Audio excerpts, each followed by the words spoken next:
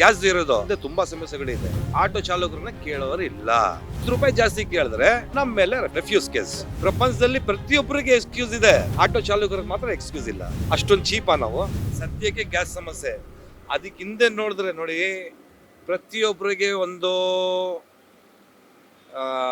ಇವನ್ ಇರಲಿ, P1 ಇರಲಿ, ಯಾವ ಆಫೀಸ್ನ ಹೋಗ್ಲಿ ಯೂನಿಫಾರ್ಮ್ ಕೊಡ್ತಾರೆ, ಎಲ್ಲ ಕೊಡ್ತಾರೆ ಅವ್ರಿಗೆ.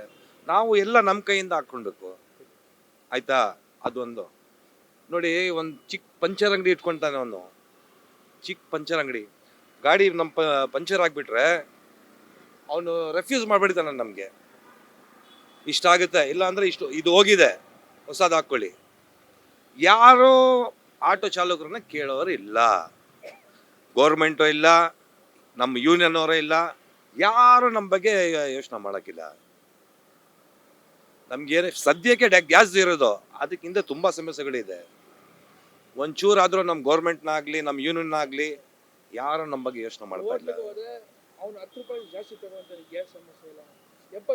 ನೋಡಿ, ಈಗ LPG ಸಮಸ್ಯೆ ಇಷ್ಟೊಂದು ಬಂದಿದೆ.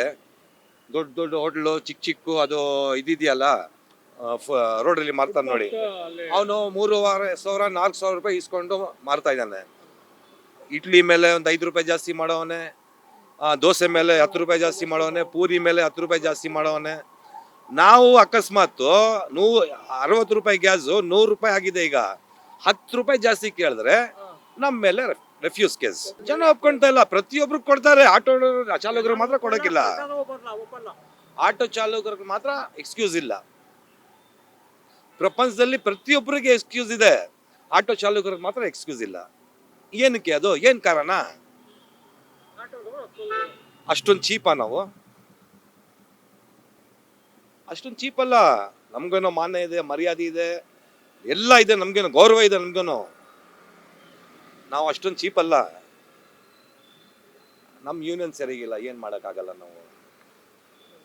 Actually 100 to 100% dependent on union. 1-2 ಇದ್ರೆ ಪರವಾಗಿಲ್ಲ. ಈಗ 23-24 ಯೂನಿಯನ್ ಇದೆ. ನಾವು ಯಾರಿಗೋಗಿ ಕೇಳಬೇಕಿದೆ ಹೇಳಿ ಸಮಸ್ಯೆ?